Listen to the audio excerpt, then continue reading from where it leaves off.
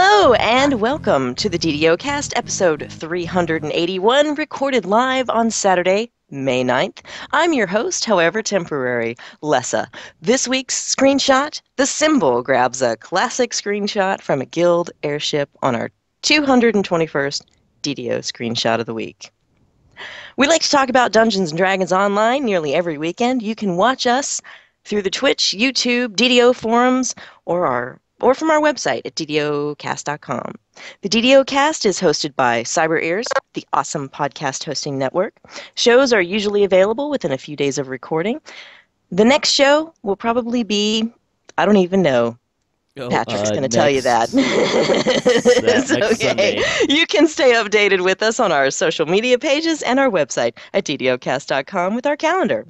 On the podcast this week, Update 25, Patch 3, Community News, a little game news, but first we have DDO Debates with your amazing host, Lessah Style. With me this week are some guests. I'll introduce them now. First, we have a man that I know absolutely nothing about, so have written zero about him. His name is Longshotist. Hello. Hello. He has a blog. Longshotist has a blog, and now I know something. Thanks. I was able to get to know everyone else before the show, but you. What server do you play on? Sarlona. And I'm in the Unrepentant Guild. Awesome. Well, next we have a paladin who claims to take a licking and keep on ticking and hails from the Thalanis server. She's a butt-kicking force of good who claims to sometimes get lost. I'm not sure I believe that because she made her way today. Hello, Evennote. Hello, Lessah, and believe me, run with me sometimes, you'll see just how badly I get lost. You don't even know the people I play with. I have to attach a string to some of them. Ooh! Or some. Actually, one of my friends suggested making an item called Evennote's Bag of Breadcrumbs so I can find my way back from where I've been. Oh, that's great. You know what we really need in game is one of those backpacks with the monkey's tail attached to it so that you can put it on the wrist of the person who knows where they're going, and then you could just follow them. That's what I need. Oh my God. That would be great. I actually heard once, I don't remember where it was from, and hopefully I can say it on the show, but I think they were talking about some kind of a little item that you could actually leave a trail behind you for other people to follow. I like it. A friend of mine actually posted that somewhere on the forums and suggested that it be called Evennote's Bag of Breadcrumbs. Yeah, it was right. Aww, the problem is if you had a wolf, then it would eat the breadcrumbs. Then you wouldn't know where you were going. Right, and finally, he's the red-headed stepchild of the podcasting world. Elitist snob, you say? Zerger, you say? Well, that depends on how much bandwidth your local host has. A man who needs no introduction, but is going to get one anyway. He's Shamgar. Welcome, Hi, Shamgar, folks. to your own doggone show. Yeah, it's great. I hope I did all right with your introduction. Oh, you did fine. It's kind of fun. I might have guests do that more often. It's kind of fun. That was great. It was great. All right, so today, first off, we're going to have a roundtable discussion, and the reason I got to do the intro is because I am the impartial judge and mediator of this, what is going to be a passionate debate on some extremely important issues. So, but first, we want to have a nice, clean debate. I'll go over the rules. Each guest is going to be given the opportunity to give an opening argument in rotating order. Arguments need to be creative, passionate, amusing, factual, blah, blah, blah, blah, blah. I will be the judge of all this. Counterpoints are encouraged. Interruptions, okay, whatever. And the winner of each round is going to get 1,000 XP, and winners are chosen by me based on the arguments given. I promise to be fair and impartial as I possibly can be. The moderator's decision is final and subject to listener base, provided said comments are not mean. And I can award additional XP for insightful or amusing points. So if you make me laugh, you might get a little bit of bonus XP. Also, if you irritate me, I'm going to fine you 1,000 platinum payable to the Coin Lords of Stormreach. You can just send that to Lessah, Lessah, on Arganesson or Philanus, and I'll get it to the right people. So that's if you're fined later. Don't worry, you can trust me. I'm a paladin. So famous last words. You know, Uh, the thing on the trust there, Well, Batman is technically lawful good. that's true. If all guests choose to debate the same If he point, takes it all the time. a troll will be chosen to argue a different point, and the troll shall receive double experience points while trolling. The winner at the end gets nothing. All right, Except so are there any questions? Got anything else to add, Patrick? No, you're doing great. You're just a guest today. You're loving it. It's easier. What can I say? All right, Longshotist, are you okay there? I heard a little bit of audio hiccup. I think I'm okay. I can hear you guys just fine. Yeah, I can hear you fine whenever you're speaking, and that's a good thing, too, because you are up first, my friend. So the first question, guys, I want you to think about is what should be added to guild ship amenities? Longshotist, you have 2 minutes to impress me. Go. All right. Well, originally I had a lengthy list, but I guess we were only supposed to pick a couple, so I narrowed it down.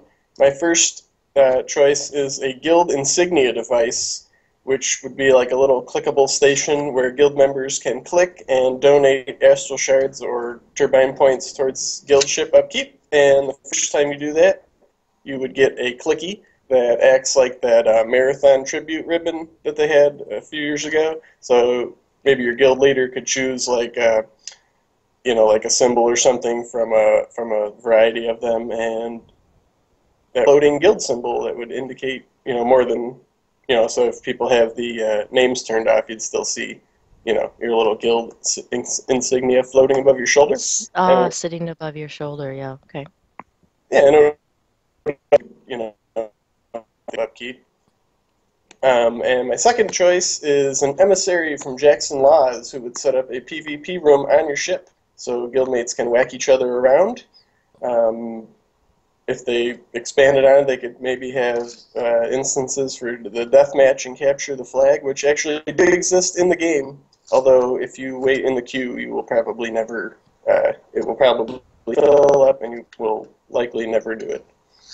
So those are my two choices for guild ship amenities. All right, well, next we have Evennote. Are you ready, my paladin? I mean, I'm a impartial. Paladin. I was born ready. I would like a guild renown shrine, similar to an XP shrine.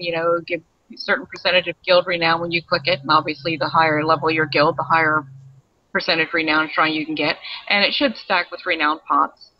And yeah, definitely some kind of combat PvP area. We've got training dummies, but if you want to test spells and stuff like that, you can't really do that on a dummy. So make it fair to all classes. Just give us a little area on the ship where we can just whack the living, I can say crap on here, right? Out of each other. Absolutely. My Surk, every so often has a guildie or two she would love to just nuke the hell out of. And she can't do that on the ship. And she should be able to do that on the ship. All right, Patrick, let's hear what you got. I guess that PvP is probably a pretty likable one because a lot of people actually ask me about PvP stuff. But I got to go with a special events vendor station. So this would be a little room on the ship that changes decoration with the seasons. Maybe kind of during the off seasons when there aren't any special events, it looks like one of those. A room that had a party in it, and all the streamers are kind of hanging down, solo cups thrown around the room, that kind of stuff going on. But during Red, obviously. Red. During the actual events, then there would be a vendor there that would be able to. You could go there and turn in your stuff on the ship, and maybe when all the times there's also a mysterious remnants vendor in the area, so we can go and turn that stuff in as well. All right. Well, these are some pretty good arguments. Some pretty tough calls. I think for originality and we can debate this too before you rule. You can debate. Okay, go for it. Go for it. I was ready to make a ruling now, but now I'm undecided. I think with PvP is it's kind of a fun thing, but I mean it's hard enough as it is to find enough people out in the real world to to PvP with you, let alone a guild. Enough people in a guild to go and do that. Maybe as kind of a testing ground, if they stuck a couple of those kobolds from like a kobold spawning room from the training, or what is it, the little special area on Lemania, maybe to do some testing. But I don't know that a PvP area is going to really get very much mileage. Well, I was trying to think of ways to use the ship more for your guild to like meet there and kind of hang out there and do stuff there. So I thought that might be kind of fun. You could have like guild battle night or capture the flag or something. Just some reason to, use the ship for more than just running there, getting buffs and leaving. Yeah, and I'm thinking not just so much PvP, but a way for students other than melee to test out their DPS, stuff like that. I've got my melee students, they can go back and dummy around, see what kind of DPS they're doing, but my casters can't do that. Yeah, you could invite other guilds to have guild versus guild night on your ship. Might be neat. That would be kind of neat. I can't even find the dummy anymore on my ship. Yeah, I have no idea where it is. The ships are so huge. I know, what does it look like? This PvP room look like? You mean what would it look like, or what does it look like? Yeah, cosmetically, what does it look like? I'm thinking like a ring with ropes around it. Yeah, or like maybe a gladiator. A little "Let's get ready to rumble" guy in the middle. Yeah, you could have somebody from Jackson Laws and all. You jump down into it like you do in the inn now. So like once you're down in there, you can whack each other around. And stands full of spectator NPCs around it. Added incentive, maybe when you defeat somebody, you get like a special buff.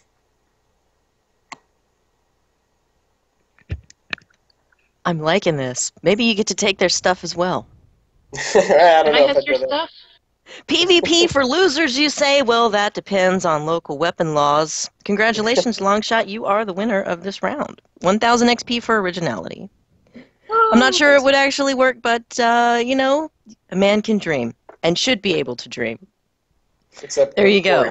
Right. All right. We're on a time limit here, people, so we're going to move on to number 2. What is the best looking hat in DDO? And I swear I'm going to be fair and impartial with this one. I'm not going to talk about any of the hats I like, especially the top hat or the mask of comedy. So, Evennote, go. Actually, the best looking helm I've ever seen was a Loot Gen one that one of my guildies had, but the one I want above all others because it's just so freaking unique is that mushroom hat. I need that. I need that desperately. I gotta put that on my bank bard to go with her Bouquet of Roses glamoured sword. That'll look awesome. Yeah, the best part about that mushroom hat is that you have to chop someone's head off to get it, basically. That's Ugat Moy's head, right, that you're wearing as a hat? Or just a How small freaking piece awesome of is mushroom. that? Look at this. I defeated the big bad fungi queen, and now I'm wearing her head. Now I am wearing her head as a hat. That's perfectly normal in our... Doesn't make you crazy or insane at all. Yeah, that's actually one of the normaler things that would happen. Exactly. Exactly. All right, Patrick, what do you got? We got to go with Renard's elegant hat. It's the hat out of Wrath of Flame, and you got to look at it this way. Like, first of all, this is the hat that made everyone want to play a swashbuckler before we even had swashbucklers. It's this the one with the feather in it? Yep, it's the really fancy musketeer hat with the nice giant feather on it, and there were people. We got this long before we had Mirrors of Glamoring and really even like the cosmetic helm slot. People went after this hat just because it looked cool. The stuff that was on it was okay, but people organized their gear around this cosmetic hat even before you could glamour it or have any kind of cosmetic hats. It's the only hat that you can say that you stuck a feather in it. And it just looks awesome. Quickly, 100 points of bonus XP for the first person who shouts out the name of the hireling who wore this hat before anyone else ever could. No clue. What? What? Really? Really? Nobody, not even Patrick. I don't use a wide variety of hirelings. E2 Brute.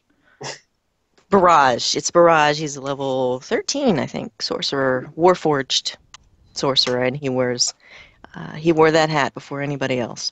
So, there you go. Bonus XP just gone. In the wind. It's in the wind. Give it to Barrage.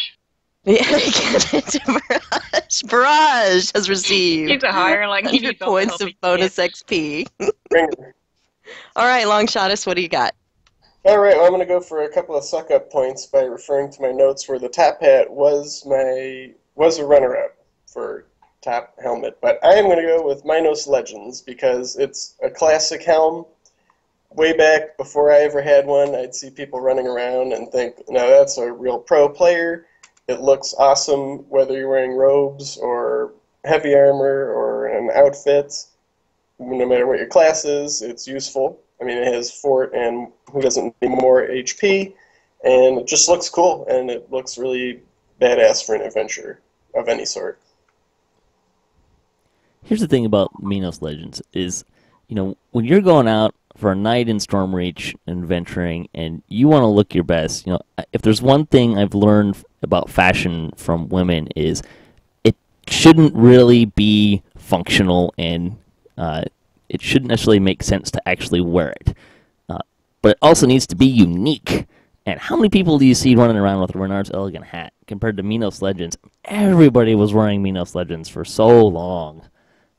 The hat, very few people actually have this hat.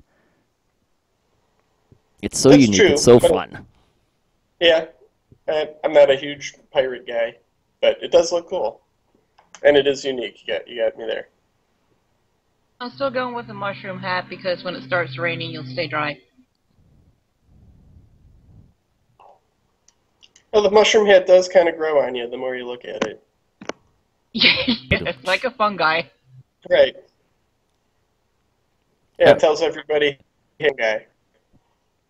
I've never the elegant hat is one that this is almost what really got some traction in cosmetics because people saw what this hat looked like originally and everybody wanted to have something really cool like that. It generated so much buzz just because of what it looked like. People didn't even care what was on it. I mean, it's got some fun stuff on it, but really, people farmed this thing because it looked cool. Before we had cosmetics, before that was really a thing in the game, well, people wanted it, but this was that hat. And what's not to like about a swashbuckler wearing one of these hats?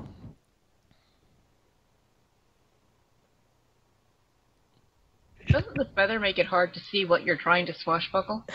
No, the feather goes backwards. It comes out from the side and goes towards your back. Yeah, but it's a feather. It waves around, gets in your eyes. Nah, it's a movie hat. I'm just trying to get magically points here. shades Go away. with it. I know. All right, Minos Legion's helm, the helm of the elitist snob. What? Or should we celebrate the murder of otherworld species by showing them off for others to see? I'm going to go with elegance in this round and avoid 500 points to Shamgar for his passion for fashion. 250 points each for Longshotist and Evennote for trying to take him down with excellent arguments. Good job, guys. Thank you. Congratulations, Patrick.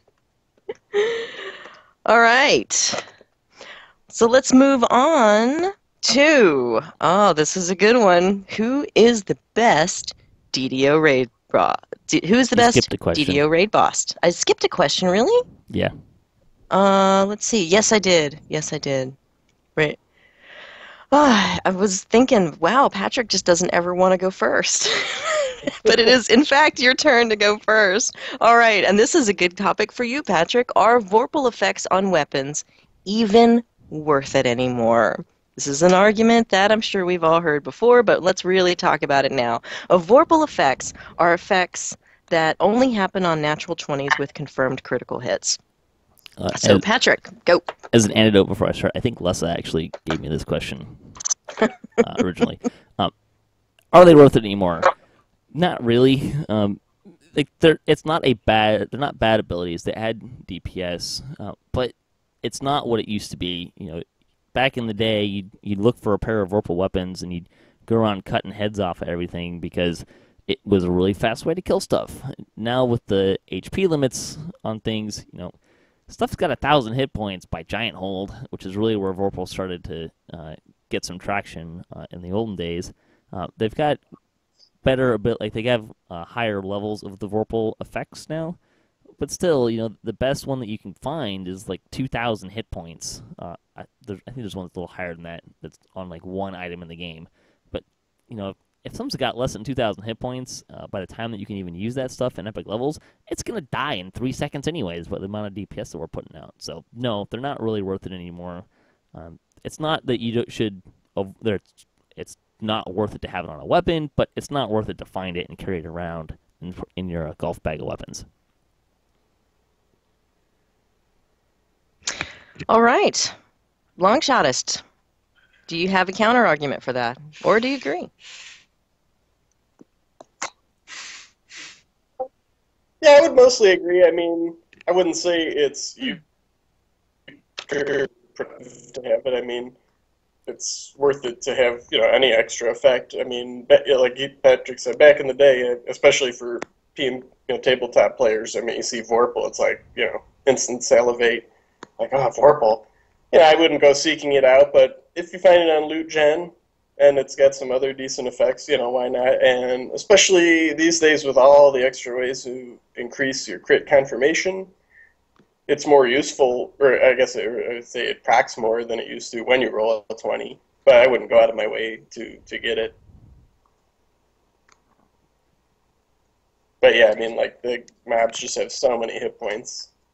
It doesn't really have a big effect. Okay, Evennote, what do you think? I would agree with that. I mean, I won't certainly turn it down. If I pick up a nice weapon that's got vorpal on it, I'm happy to have it. It's nothing I'm going to go out and farm for or search the AH. I think even when she was leveling up this last life, when she was about like 15 to 18, she had a vorpal blade. And it was nice having the insta-kill every so often. But yeah, especially at epic levels, you get something down to 3,000 hit points, it's going to die really quickly anyway. And it's just not as effective. The thing with like the vorpal effect weapons is if you've played pen and paper and you come from pen and paper background, you find a vorpal weapon, and when it goes off, man, this is awesome. It's a unique thing. It happens maybe once a night, because the way that combat works in pen and paper, it takes an hour to go through 6 seconds of time. In a real-time game, vorpals go off a lot more often, which was great when they could vorpal anything with a head on it, but it's not as special, right? Like in pen and paper, when that vorpal went off and you cut off that thing's head, you got up and did a jig. It was a special thing. High fives went around the table. It happened maybe once a night. Here's an interesting question though. Is there anything that's kind of taken the place of our argument for a player to find? You think? Is there anything like any particular? Not really, because it was. I mean, the thing about vorpal and banishing and the like effects was they killed stuff no matter how many hit points it had left, which doesn't really happen on weapons anymore. And there's good balance reasons for that, right? Like you're translating a pen and paper tabletop version of a game into a real time game, and things break down because, like I said, 6 seconds. You could spend a whole night in a combat. On the table, you translate that into a real-time game, and stuff just happens so much faster. You have such a larger sample size of attack swings and stuff like that. So, All right, well, nostalgia is a heck of a thing, isn't it? Looks like yesterday's Power 5 is today's vendor trash. It would be nice to see heads go flying when they're supposed to, wouldn't it? Man, you That would guys be a aren't pretty making cool this effect. easy on me. You're not making this easy on me at all. I have to award points for this round. So I'm gonna go ahead and avoid points. No, I'm gonna go ahead. I'm gonna go ahead and make it an even split because you guys pretty much all agree on the same thing. But you only get 300 XP each, and 100 goes to me for my general purposes for later. You're welcome. You're welcome, Thank you. Stormreach. The judge gets 100 points of XP. All right. This competition So is rigged. that's right. It's rigged. It's rigged. It's rigged. I'm gonna win. I'm gonna beat you all. Before we started, she asked me if she could award based on whose line is it anyway style points. Yeah, no, like 1,000,000 points for you. The points don't matter. Okay, so now let's move on to a question I've been kind of looking forward to. Who is the best DDO raid boss? Longshot, are you ready for this? I am. Let's hear it.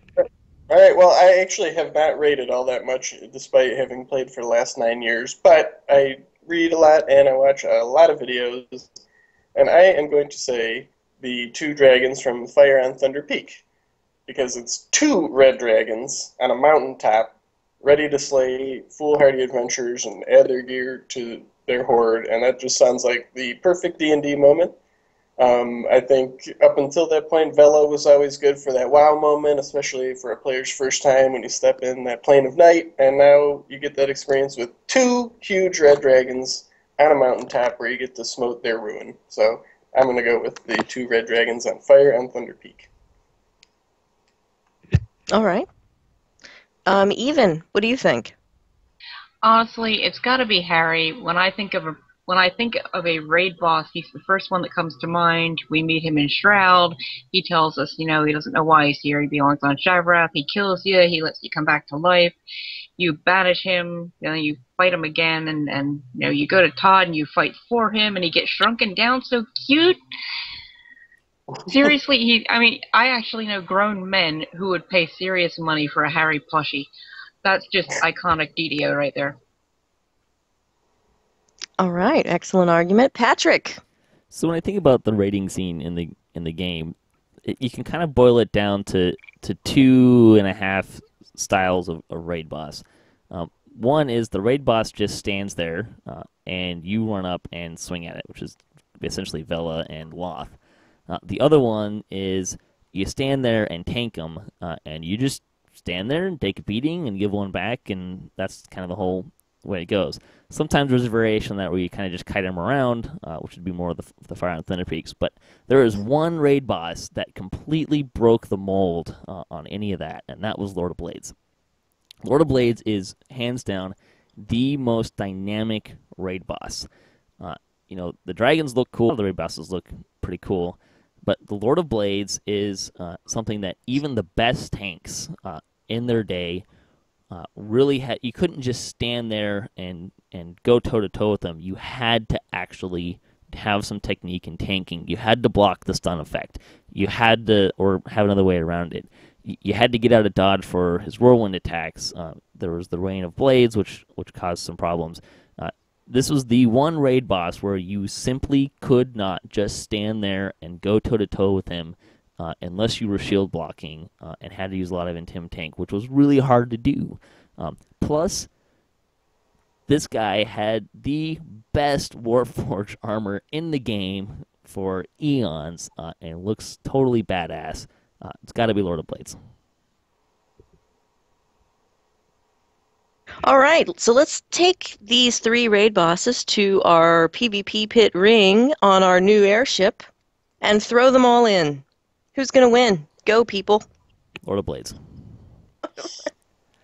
Lord of Blades brings your hit points down by a percentage every time he hits you. I don't know. I'd have to go with Harry on that one. Yeah, the thing with I don't know. I think Thalanis, for some reason, seems to be more of a tanking server than the others. But yes, you can absolutely. A well-built tank can stand there and go toe-to-toe with Lord of Blades, just like any other boss if you've built a decent tank.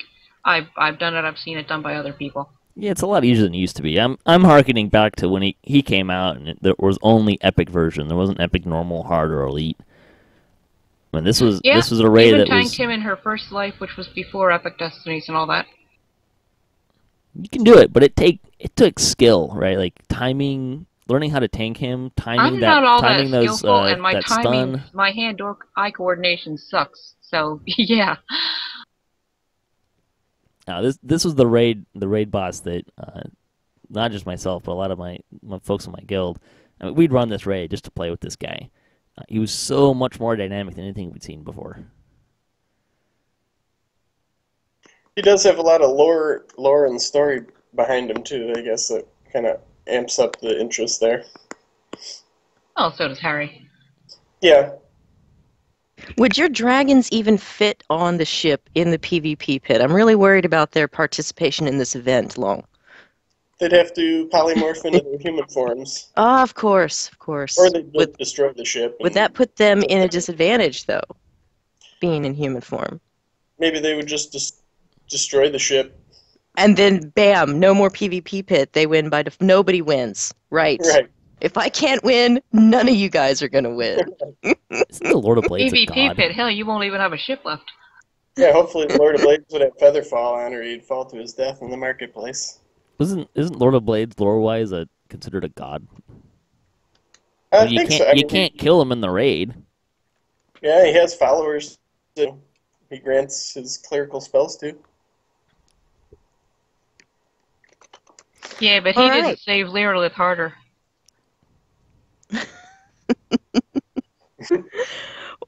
Raid boss, Schmade boss.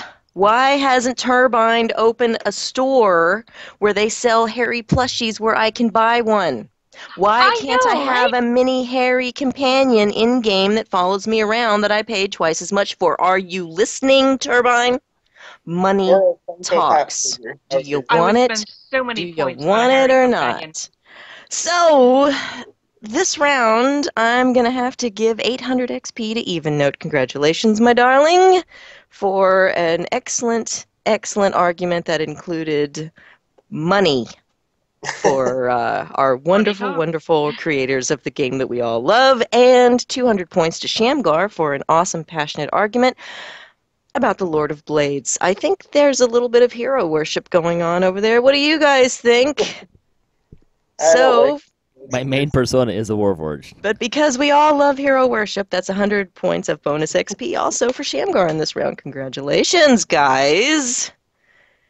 I'm sorry, Longshot, you didn't get any XP this round because your dragons couldn't really fit on the ship and they tried to destroy it. I'm out of my element with the question. It's okay. It's okay. All right, so let's move on to question number 5. Is self-healing killing the social aspect of the game? Wow. And this question came from Arkle on Sorlona. Okay. Well, Evennote, are you ready? I am ready, and I'm really of a mixed opinion on this. On the one hand, it's awesome that if you put up an LFM for a raid, you're not standing there waiting around for, hours because no cleric wants to hit your LFM because everybody blames the cleric for everything. Now everybody can self-heal. On the other hand, not everybody is serious enough to really have a lot of self-healing built in. I have a guildie who is level 28 whose idea of self-healing is a stack of pure serious pots. If it weren't for running with us, I don't know, what his grouping options would be. He'd probably be soloing a lot and not grouping. So I think it depends on your build. It is really nice to throw up an LFM for, Fall of Truth and have it fill in, 5 minutes. But on the other hand, not everybody has the time and dedication to, put into getting all these twists and twisting in Cocoon and getting silver flame pots. And so, yeah, I'm really, really undecided. I think it depends on your playstyle.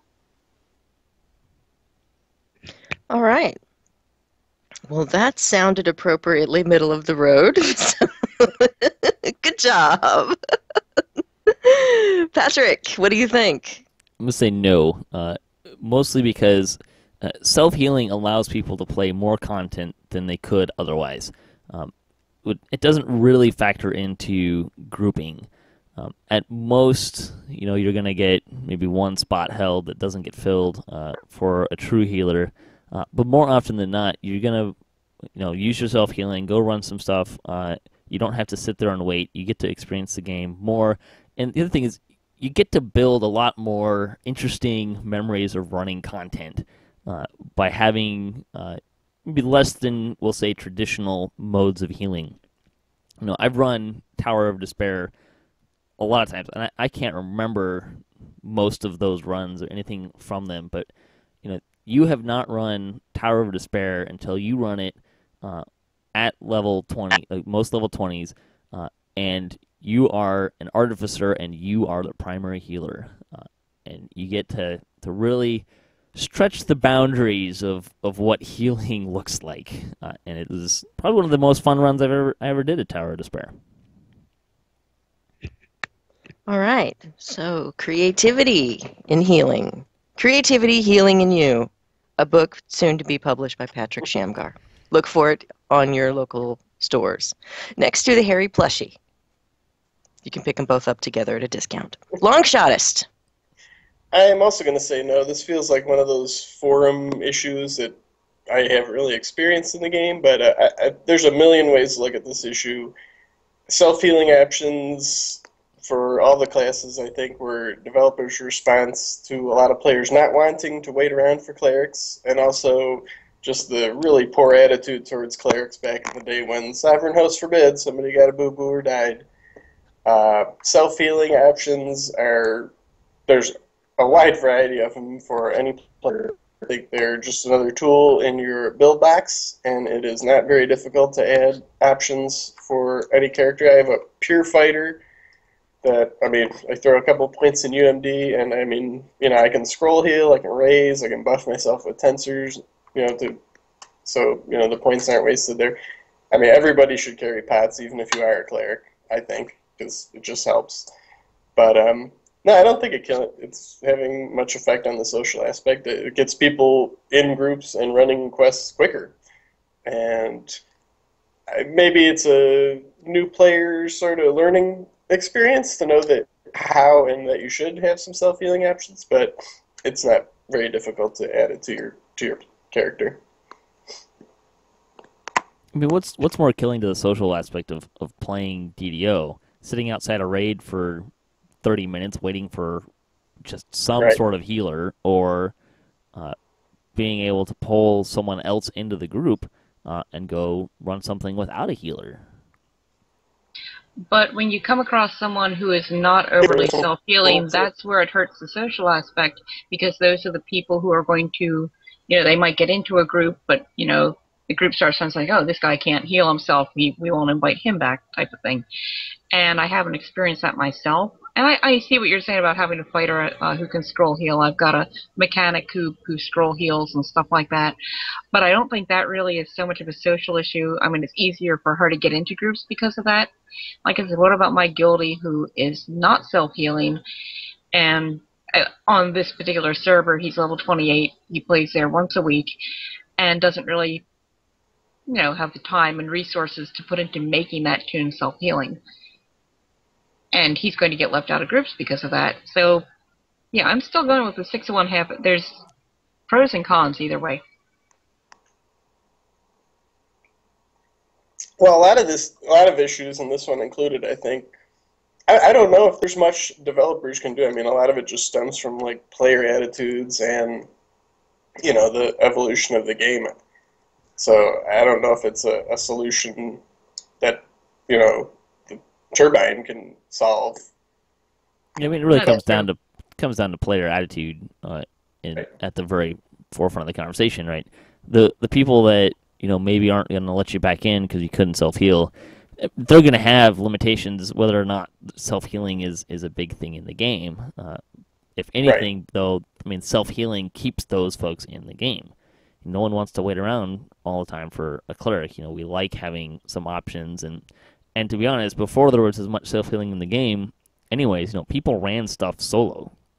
It's not like having a lot of self-healing changed that, or it's not like having self-healing really changed the attitude on being somewhat self-sufficient. I mean, you saw those LFMs long before there was a cocoon in the game. So they're more prevalent now, and I think it's much more likely to see things either short manned or soloed now. And I'm guilty of that. I will take even into stuff solo that I would never have tried to solo with her First Life before there were Epic Destinies and Cocoon and all kinds of goodies like that.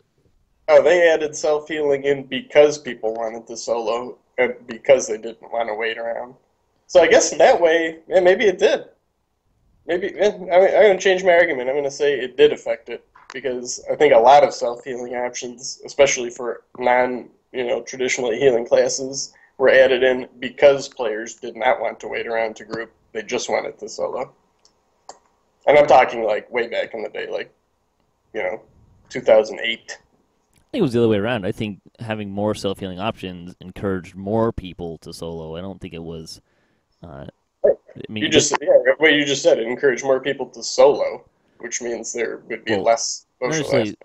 Not necessarily. I mean, sometimes you don't have time. But the other thing with people always think of solo players tend to solo because they're soloing. They like this, like that's how they like to play the game. But people who don't like to solo don't really solo. And, they may not have a full group, but they don't have to wait around all the time. Right? Like I don't think having more self-healing allows allowed for less full groups, but also allows people not to be waiting around as much. Well, I have a little different experience only because up until recently when I joined this guild, I used to solo all the time, and it wasn't because I wanted to, it's because after experiencing a lot of these other player attitudes, I didn't want to be that guy who couldn't keep up. And so I was like, I'm just not going to join these groups because I'm just going to be that guy that they flame and squelch and complain about on the forums. So I guess, yeah, that's a whole separate issue. But that's another thing I think the self-healing has led to. I mean, there were always elitists in the game even before a lot of self-healing came around. But there's so many more, I think, now that, you can't self-heal. It's just led to more people being more elitist about it. Right. I don't think it's killing the social, but I think it definitely sometimes has a negative effect. Yes. I think you'd have those elitists whether or not there was self-healing in the game. It allows more people to be, quote, elitist only because they can actually succeed with self-healing, not because it made them elitist. It just lets them think that they can have that attitude because they can actually do it with self-healing. If they any way they could, they would be that way. If it wasn't about self-healing, it'd be if they had to heal in the party, they'd complain about you draining more resources than everybody else or something to that effect, whether or not there was self-healing.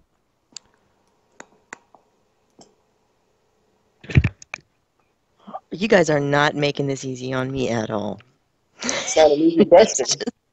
You're just not making this easy on me at all. Great arguments all around, and unfortunately, I can only award the most points to one person. Don't judge me because I don't want to play whack-a-mole and heal you. Who has time to wait for a cleric anyway? We just want to play. So, 500 points to Evennote for bringing the argument back around to the social aspect of the game. Congratulations. 250 points each to Shamgar and Longshot for your awesome, solid arguments. That was really good, guys. Very impressed. So, number 6, what changes should be made to encourage grouping? Oh boy. This comes from, how do you pronounce that, Sham? Yeah, I have no idea. Selazon on Philanus. Thank you very much for that. Say it fast and say it confidently. Yeah, okay, and confidently. Say it wrong and confidently. I got this. All right, Shamgar, let's hear it. So, the first thing is let's make the, and they've mentioned this before, I think, make the survivable bonus person-specific, right? So you don't cause other people to lose XP if you die. That's a big one. The other thing is give a little bit of a boost. Not a big boost to XP. We want incentive, but we don't want to get into the point of we have to do it this way, otherwise we won't get a bonus. And make it scalable too, right? Like, so maybe 2% XP per person in the party, not including hirelings. So the more people you have in the party, the more XP you get. And the other thing is give us a larger boost to guild renown in the quest while we're running with other people. Maybe something between 10 to 20% extra renown per person in the quest. Some kind of a bonus like that, so that it's not so much affecting your character specifically development, but it gives you kind of that a guild renown, which also has a thematic thing to it, right? Like you're getting your guild out there, you're running with other people, presumably from other guilds, and that kind of, it makes sense that you would get more renown by running with other people. Mm-hmm.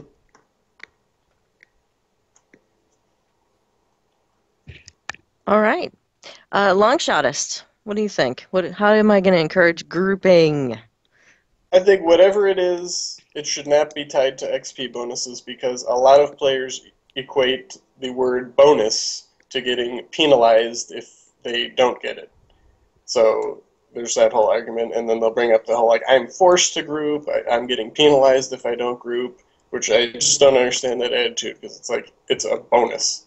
So, it just upsets a lot of people. I think if there was a higher chance for optional bosses to spawn, depending on, maybe a percent increase per member of the party, you already get a higher chance at loot just because there's more people from a chest. But I think the best thing they can do to encourage grouping is to advertise the game so that there's more people in the game to group with. I mean, there's just no advertising for this game at all, and we keep seeing the player base just dwindle. So if they want to encourage more people and more grouping, then do something to get more people playing it. They could feature a daily quest. I know, like, some games like Star Wars do that. It's like, hey, if you run this today, you get a little something extra, so maybe that would encourage more people to join up to do that. But the best thing, and we were just talking about this in my guild last night, is put in a mechanic, like a lot of games have, for higher level characters to operate at a lower level so they can run any of the quests and still get XP with lower level, characters, whether it's in a pug or even in your guild. I mean, most grouping problems I see just stem from player attitudes, but I think probably advertising and making a way for higher level guys to do lower level quests and just like depower them while they're doing it would probably be the best things they could do. But I also like Patrick's idea about renown, because that does make sense. You're representing your guild, whether you're with other guildies or a pug. That's a cool idea. Okay. Evennote, what do you think? I do completely agree with most grouping problems stemming from player attitudes. And I really think, though, like, take raids, Von 5, it is physically impossible to solo Von 5 because you've got the 2 hallways with 3 levers. If you had 2 really coordinated people, you might be able to do it. Have more mechanics in place that are completely impossible to complete without other people. I don't know, advertising, that might bring more people into the game, but would these people want to group? If they're coming into the game, they're going to be, probably starting at level 1. And if, you're raiding and you want people to group with, it's probably going to be a while before they'd be up there with you. It's not a bad thing. I think it would take some time to see the benefits from that. I just lost my train of thought. Anything that would it derails a lot. Anything that would increase guild renown to me is awesome. I do know, I agree. If you say, you're going to get a bonus for, more XP and more guild renown because you've got more people in the party, then there are going to be people who go, well, I don't have more people in my party. Turbine's punishing me for not grouping. That's a double-edged sword. I wouldn't want to be Turbine on that one. And there was something else. What about more XP for teaching new players how to play the game? That is a freaking awesome idea. Some kind of a mentor role, and actually get some kind of reward, whether it's XP, renown, a cosmetic item, a cosmetic pet dredge. Please, Turbine, like are you Harry? I want a cosmetic pet dredge or a cosmetic Harry. Oh, the problem I really want a dredge that says Glarb. I would mentor a lot of players to get that. the mentor thing sounds kind of cool, but I don't know how you quantify that. I mean, that's a really tough thing to just objectively say you're a mentor, so here you go. What if you're a really lousy mentor? I'm not sure that that's gonna Oh, did you work ever so play well. Heroes? No. Oh, you could, if you chose, like, if you grouped up with people that were lower level, that was just what it was called, like mentor system, because you were higher level, but it just like deflated your stats. You didn't do as much damage. You're basically like the highest, you know, the, you depowered yourself to the lower level person, so you could run, all the different quests, and you'd still get XP. It was just like a relative scale to what you were. I mean, that's See, with the problem I have, as much of the character creation system as we have and how varied it is. I just don't see that being anywhere near feasible to implement to dumb down your character like that. And that sounds just incredibly hard. And I think just to kind of speak to two of you guys' main points, they do advertise the game. They may not advertise it as much as we would like them to do, but you got to remember the game's 8 years old, and really, I mean, the amount of twitching that's going on right now is probably, I mean, that's all free advertising, and I think that's great. I think that even though it was talking about put roadblocks in where you need more people, that just makes more content that you can't run unless you have those people. It's the same problem with waiting for a cleric, right? Unless I can find people that actually want to run this with me, I can't run it. That's kind of more of a turnoff. You end up losing people because they're forced to do things that they don't actually want to do. There's a bonus. Bonuses are bonuses, right? And the thing about a group bonus is, they can't really complain to Turbine that I can't find people to run with. There's an LFM panel. Put an LFM up. Learn how to use the LFM panel. I mean, as opposed to complaining that, hey, this random person in my group died and I lost XP because someone else died. Okay, that's kind of more of a legit argument. But saying that I can't get the group bonus, there's players out there. If you only need a couple people, one or two people to get that bonus, and still, I mean, it's a bonus. Go look up what bonus means in the dictionary. Yeah, I almost word for word said that in a forum post the other day. I mean, I think when you're talking about letting people run lower level content, I think you'd get more mileage out of leave the system like it is, but remove power leveling XP penalties so that you can run with a wider range of people. So if someone's more than 3 levels lower than you in heroic, they're not losing all of their XP, but keep the level penalties for the quests. See, the problem I have with doing away with things like power leveling and letting higher levels run lower level quests and still get XP, it's like, what's going to happen. Level 28s, you're going to be running, farming, zerging through Korthos in 30 seconds and farming the crap out of XP and stuff like that. I just really see the disadvantage completely outweighing the advantages. Just to be Definitely clear, what the death penalty should be for the person who dies only, not the whole group. Yeah, what I was proposing with the power leveling stuff is you remove the relationship between the character levels, not removing the I'm level 28 in a level 5 quest. You wouldn't get XP there. Keep that mechanic. Okay, well, two things. One is running the lower level stuff. I didn't mean getting XP with running Korthos with your Thunder Forged weapons. I mean, like, you're the equivalent of a first level character. So it's like if you're a wizard, and then you get like 2 spells or whatever. It just like grays out that you got since you would have been that level. Wow, I see what you're saying, and that would be really interesting, but I don't. Extremely difficult. Like, take away all the abilities like that when you step into a quest. I can't even imagine what it would take to code something like that. I mean, there's that problem. There's also, sometimes you want to go in over level into a quest just so you can get the favor, right? Like, there's other reasons for the quest. Exactly. Yeah, it wouldn't just be like if you step in, it depowers you. I mean, it'd have to be like an option. But you're right. I mean, in this game particularly, other games where, if you're a thief, that's all you are. So there's not a bunch of multi-class stuff. Coding would be ridiculous. With the death penalty, I honestly do not get why people get upset about it. It's 10% of the base XP. So, I mean, just last night we were running one the base XP was like 5,500. But, you know, I think it was haywire.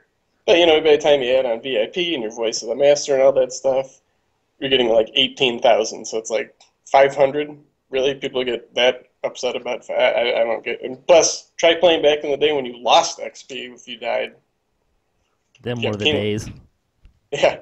So it's like the death penalty is just ridiculous that people get that furious about it.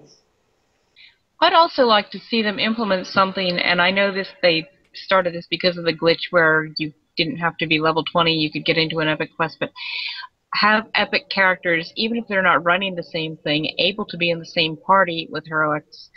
So, you know, if you're running something, you see some newbie in the advice channel asking something, and it would be a lot easier to just, you know, add them to your party and talk to them in on voice because you're trying to run stuff and you don't want to be, you know, got party chat and trying to type to a newbie.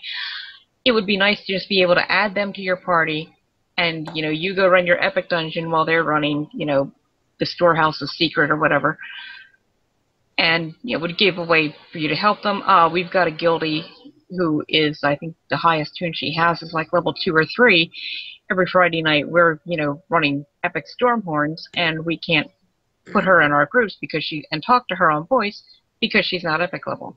Right. I think that would go a long way to having some more grouping going on. All right. Good luck. Wow. Yeah, I know. You didn't tell me it was going to be this hard, Patrick. Positive reinforcement, people. You can draw more flies with honey. That's right, I get combat pay. I'm going to get some bonus XP this round. You can draw more flies with honey than you can with vinegar. Reward me for my social behavior. That's double plus good. 100 bonus XP for anyone what I'm referencing with that. Be nicer to each other, people. Might gain you more XP. What a great thought. What a great thought. Wonderful arguments. 600 XP to Patrick for your out-of-the-box thinking, and 200 each to Evennote and Long for awesome arguments. Man, this is a rough job, Patrick. You did not say that was going to be rough. It is rough. I've actually been considering keeping the debate format, but losing the keeping a moderator, but losing the XP bonuses. It's hard. It's I hard. have to choose, right? Just go with it. But it's hard to choose. As kind of finish him.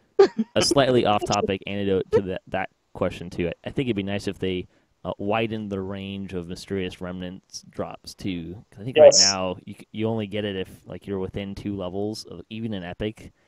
So I'd like to see a little bit more. Yeah, I mean, if they're worried about people farming remnants, there's other things to fix about farming remnants than that. I'll make it like Renown, where your the chance that you'll get a remnant just goes down for being over level. It doesn't disappear. We should all get a bonus because not one person even said the word bravery bonus the whole time, which is something people bring a lot in this argument. People do covet their bravery bonuses. Absolutely. All right, we got to move on because one of our players is on a time limit. So, who would be the best actor to play DDO Raid Boss? I swear to be impartial if one of you guys says the person that I'm thinking of. Who's the guy that plays the Flash? I don't know what I'm going to do. Oh, shut up. No. No, that is not who I was thinking of. I was actually thinking about Vin Diesel, but it's okay. Continue. Longshotist. All right, I took this question to mean if there was a brand new raid, who might be a good voice actor, and there's so many choices, so many good voice actors and actresses out there. I'm going to say Bertie Carvel, who is a stage actor with a great voice, and gamers might know him as the Imperial agent in Star Wars The Old Republic, which is very enjoyable and has tons of great voice work. If he was a new raid boss, I think it would be cool if, especially, just to take advantage of having a good voice actor, to have a kind of boss that interacts with the party throughout a whole chain. Maybe you're pursuing him through adventures, so there would be a lot of voice work. It was a toss-up between him and Jennifer Hale, who's another great voice actress, but I just love listening to my Imperial agent, and if that was in DDO, I think that would be awesome.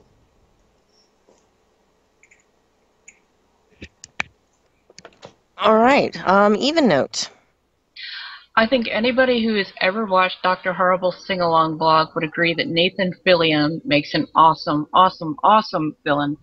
Some of the others that I thought about, James Earl Jones, you just can't leave him out, just because, Darth Vader.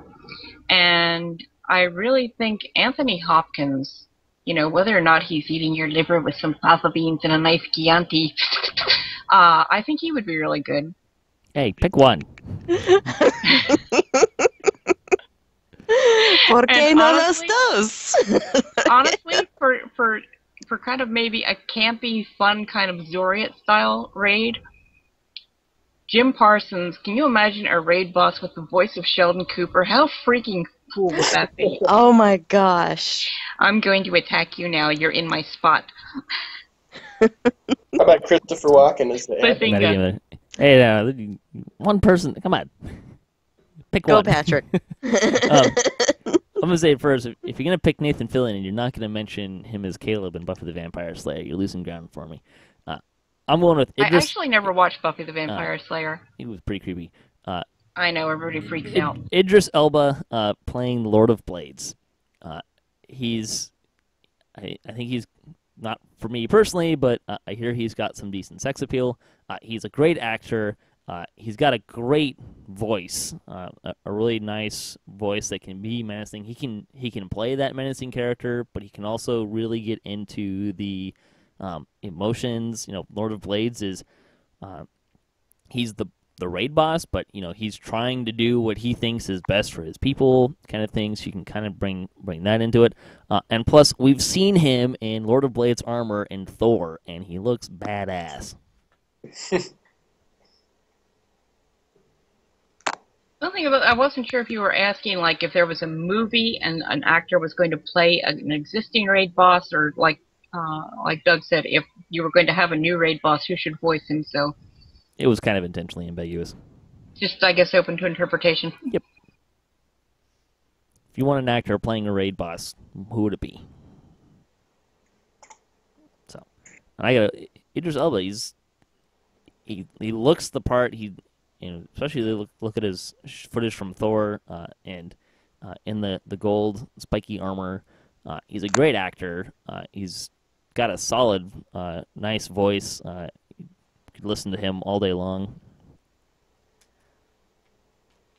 There's a lot of great actors you could pick, though. Yeah.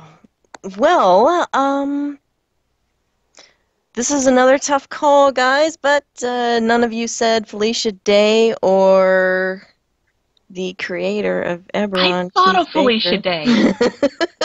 So, that making my job a little bit easier here.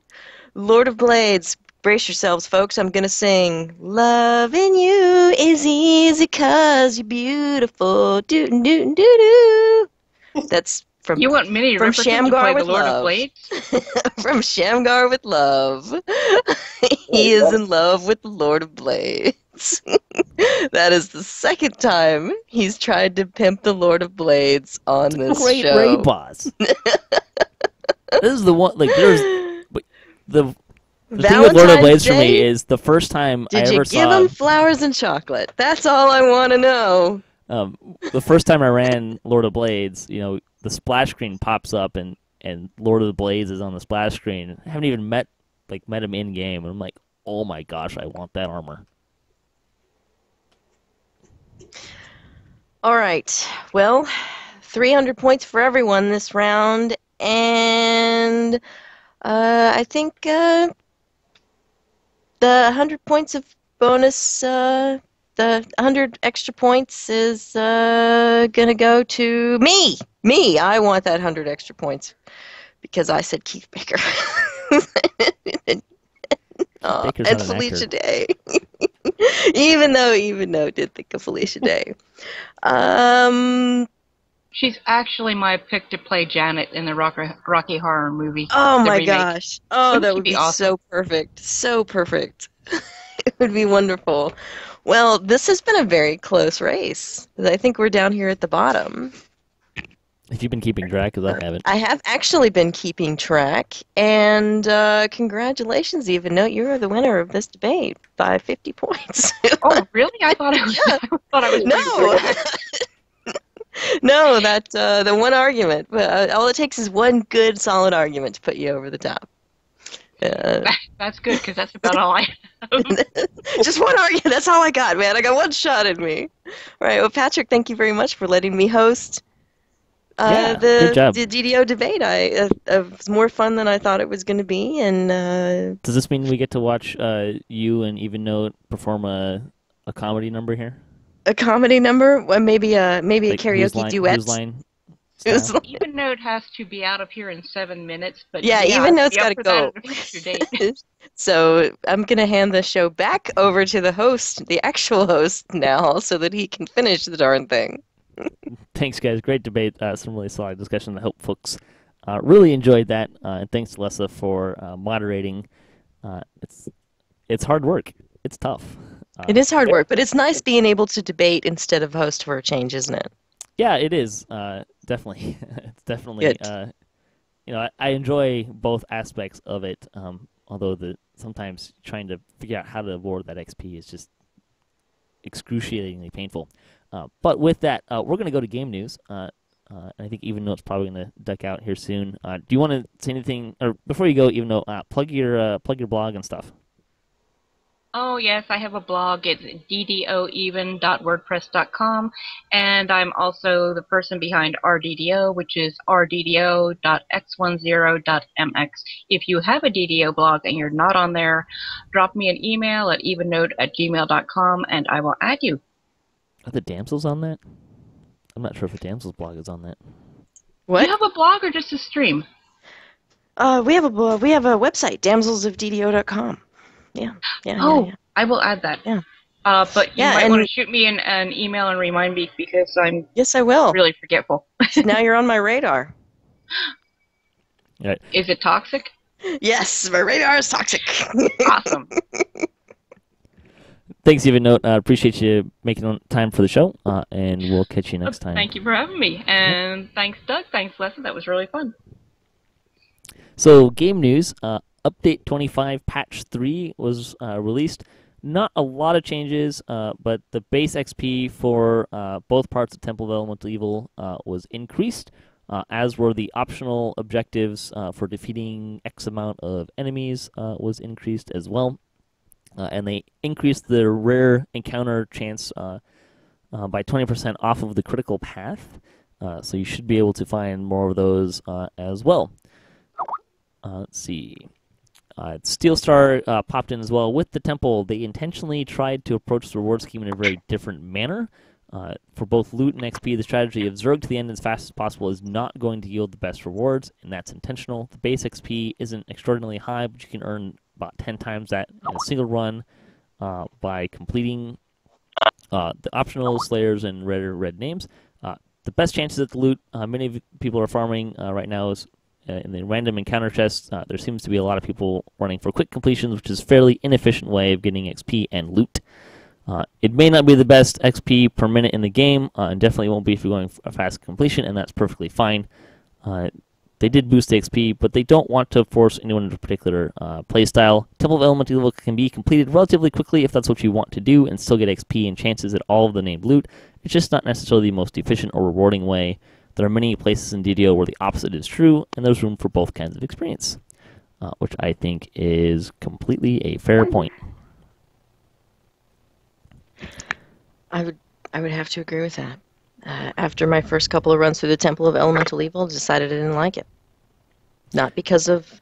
I really enjoyed the Will Wheaton aspect and handling those balls, but having said that, I felt like it was long and arduous, and more ingredients. Really, I need more ingredients in the bag, more things to keep track of. But if it really can be done in a timely manner, then maybe it is worth it. Maybe I'll change my mind. I enjoyed the experience playing the quest. Go ahead, Longshot.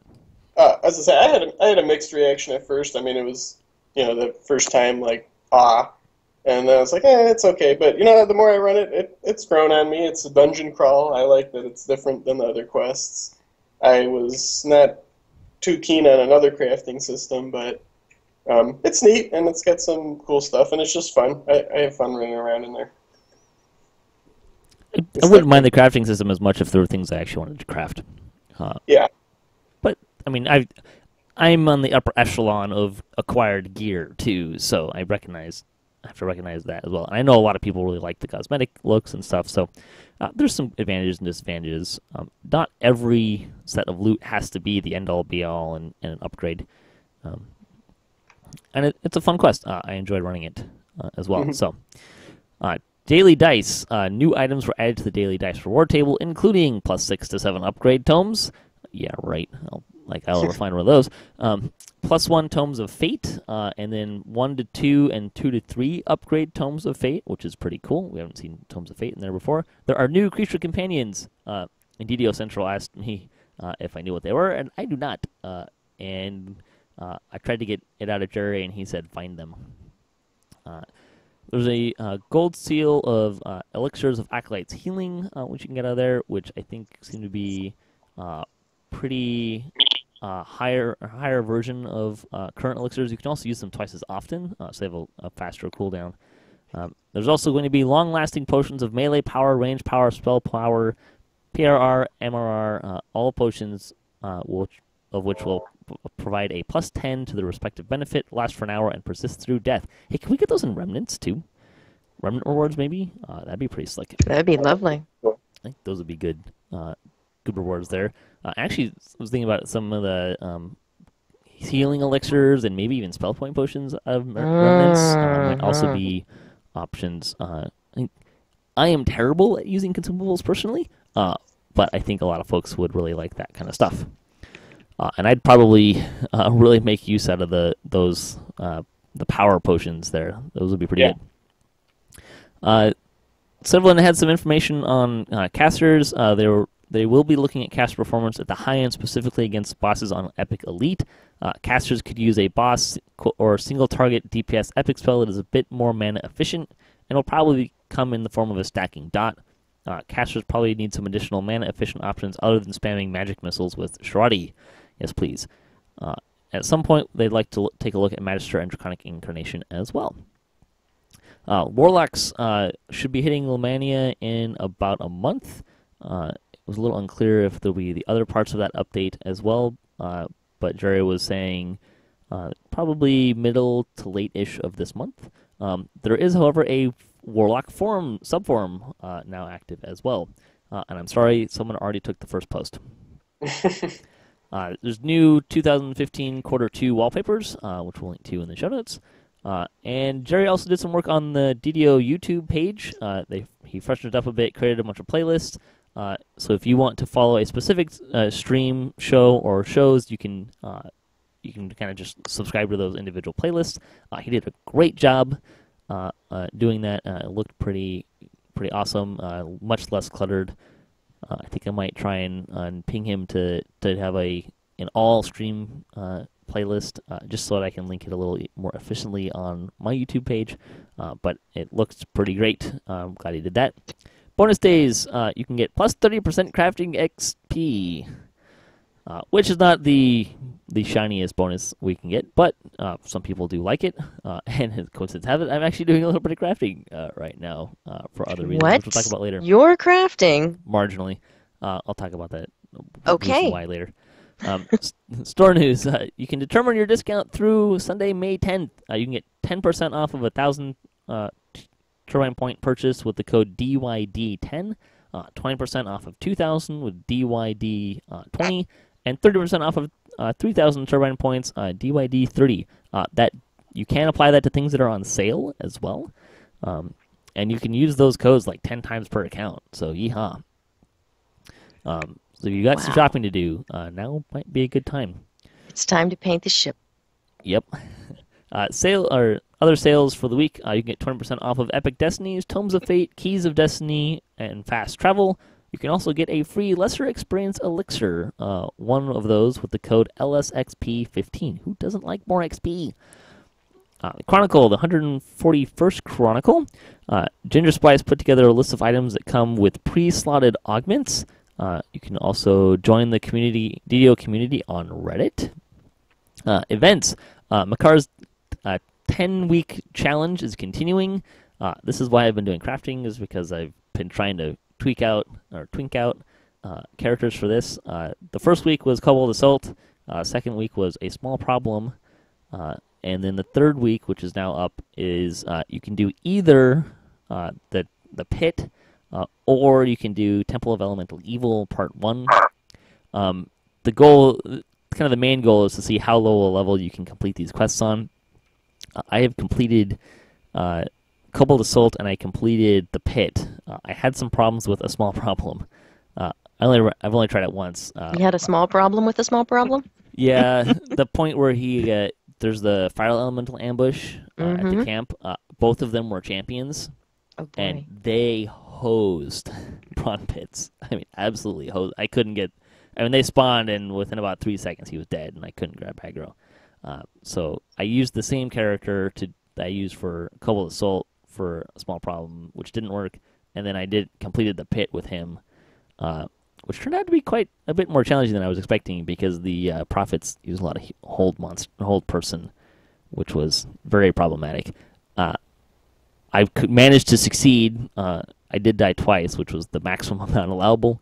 I would, however, perhaps could have chosen a better character to run that. Maybe a Warforged. I wouldn't be held all the time, which would have been helpful. I went after the Avatar of Jubilex too, after I completed and was won, and I jumped down to try and take him on, only to find there's a champion Warlord Troglodyte in the bottom. Oh no. Yeah, Well, the oozes before the Avatar were problematic enough. Yeah, he smoked me pretty hardcore. Ate your lunch, did he? Yeah, and it wasn't pretty. High Lords of Malkir are going to be hosting Fire on Thunder Peak and Temple of Deathlord teaching raids tonight, so you can catch that.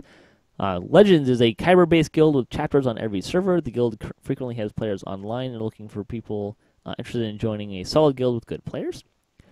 The comment for the week is, what kind of NPC would you be? I'm not entirely sure what this question's asking, but Les is going to answer it for us. Awesome! Peanut butter!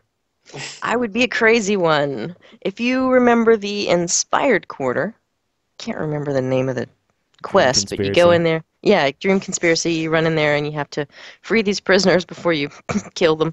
And a couple of them are absolutely insane. One of them is obsessed with peanut butter, and the other thinks that you should be her new beau.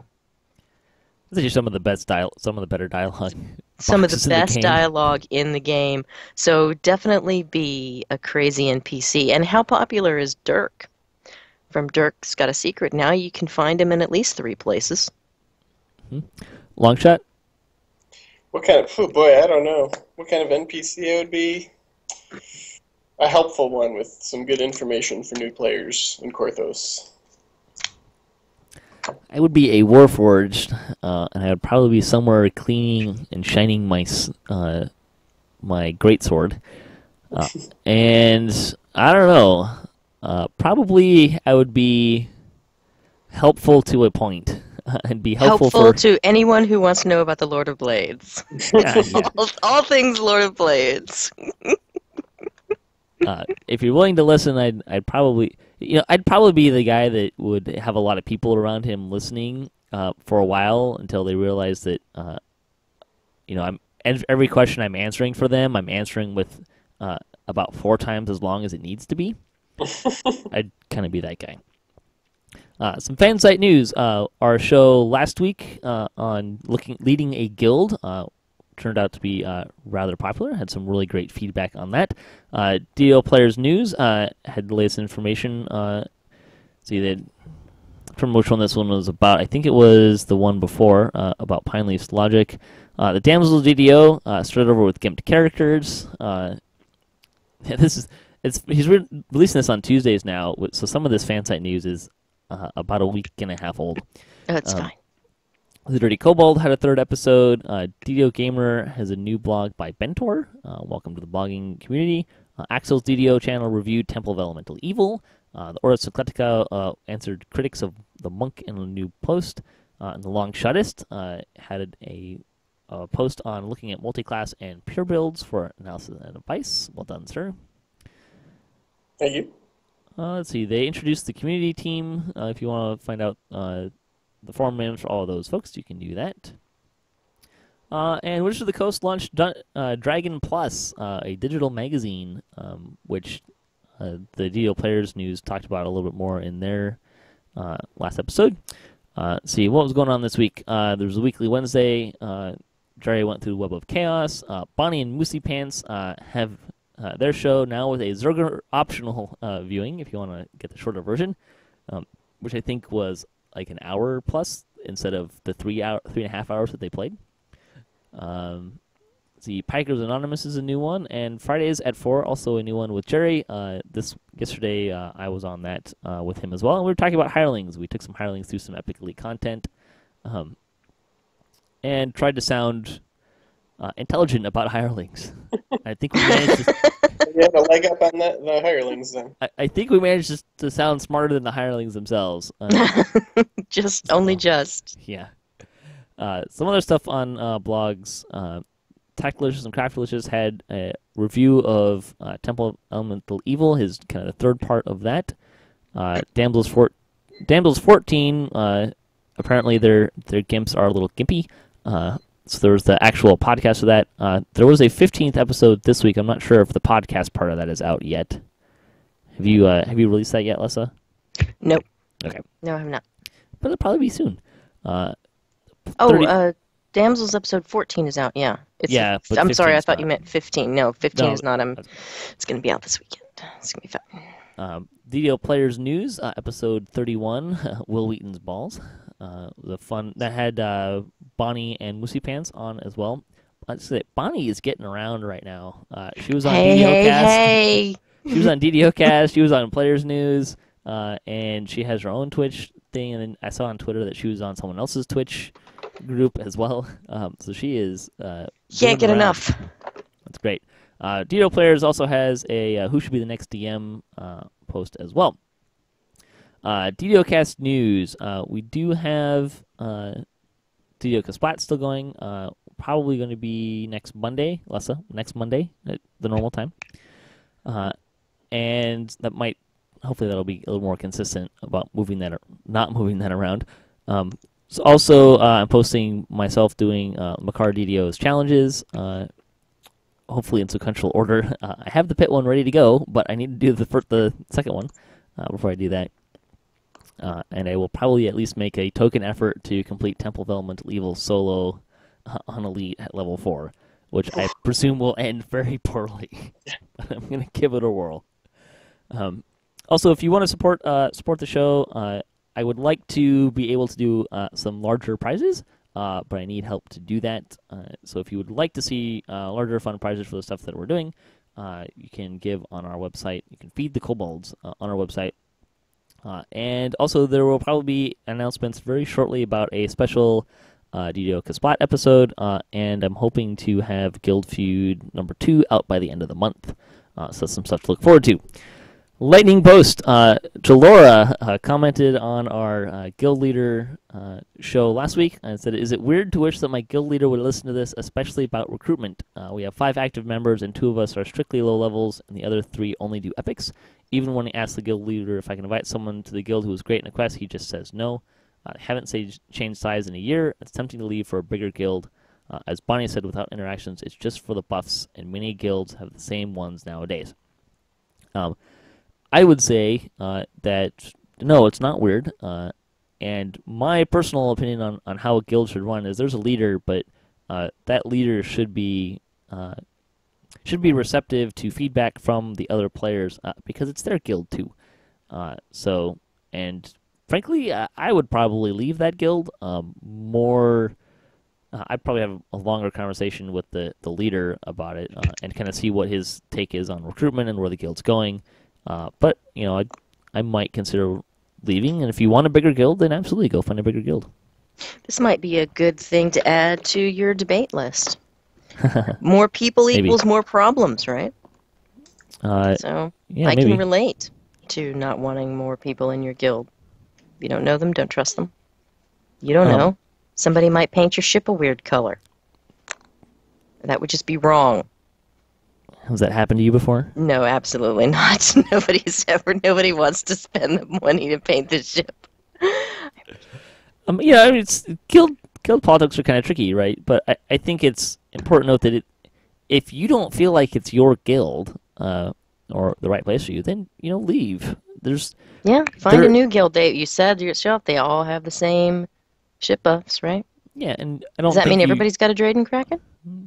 not necessarily. Although our Kraken is half empty, I don't think there's actually enough stuff to put in all those spaces. We need more stuff. It's probably the reason why I had the question there this week. There's sometimes when you leave, things don't go as well as you want them to do. But people need to recognize that people move on from social circles and move into other social circles. Sometimes it's because you move. Sometimes it's because you're just not around, or you have different schedules, or people get married and have kids, and things change. So people grow up. Don't go away mad. Just go away.